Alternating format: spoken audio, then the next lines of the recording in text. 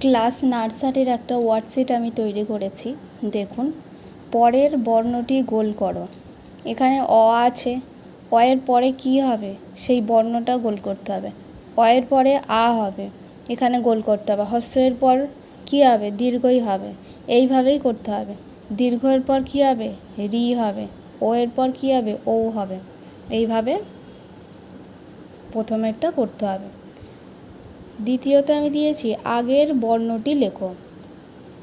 তাহলে হস্র এর আগে কী হয় সেটা লিখতে হবে, ও এর আগে কী হয় সেটা লিখতে হবে, আ এর আগে কী হয় সেটা লিখতে হবে।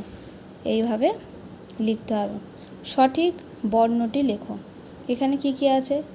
অ বর্গীয় জ, গ র, অজগর, অ দন্তে সয়সী, অসি, অ বর্গীয় জ, অজ। তাহলে এখানে তিনটেই অ আছে, অ দিয়ে তিনটেই শব্দ লেখা আছে। তাহলে এখানে অ বসাতে হবে। বর্ণের সাথে বর্ণ মেলাও। অ এর সাথে অ মেলাতে হবে, হস্রের সাথে হস্র,